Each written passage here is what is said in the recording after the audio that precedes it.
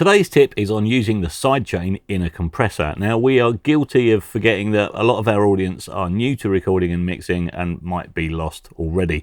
So very briefly, you can use the sidechain in a compressor to trigger the compressor by whatever is inserted into the sidechain. You could insert an equalizer to get frequency dependent compression, or you could put a compressor on a bass part and then use the kick drum channel to trigger the compressor to only pull the volume of the bass down whenever the kick triggers it. And that's common practice in a lot of dance music and electronic music. But here's the tip. If you're doing that to improve the groove, it can take a while for things to process, for that routing to happen and for the compressor to respond, even if it's set to a very fast attack time. So try duplicating and then shifting the part you want to trigger the compressor to change the effect it has. Confused? Let's have a quick demo. Here's part of the crap track I hastily threw together for the introduction sequence for our 1176 shootout video. Let's have a quick listen and particularly listen to the bass drum and synth parts.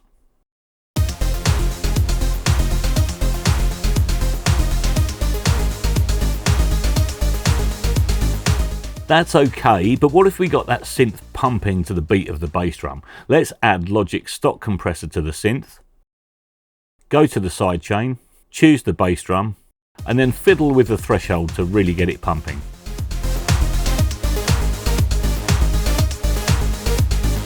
This is an overdone effect now, but you can hear and see what it's doing.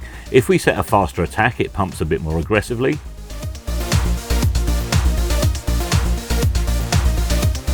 And if we set a longer release time, the compressor takes longer to recover and we get a less aggressive effect. Let's shorten the release time so we can really hear it again.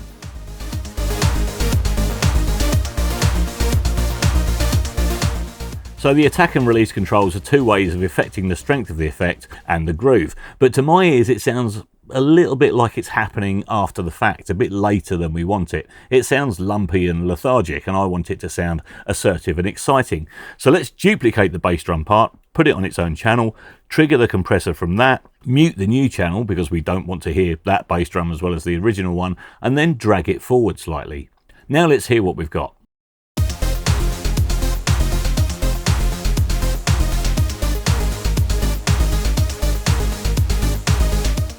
That's it. That was the effect I was after. Let's compare the two.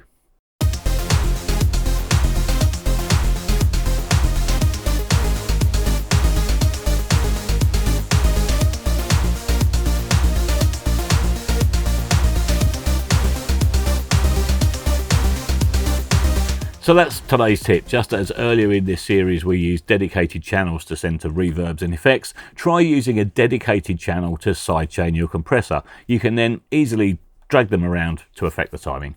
Thanks for watching, hit subscribe, give us a thumbs up, ding the ding dong, and we'll see you tomorrow.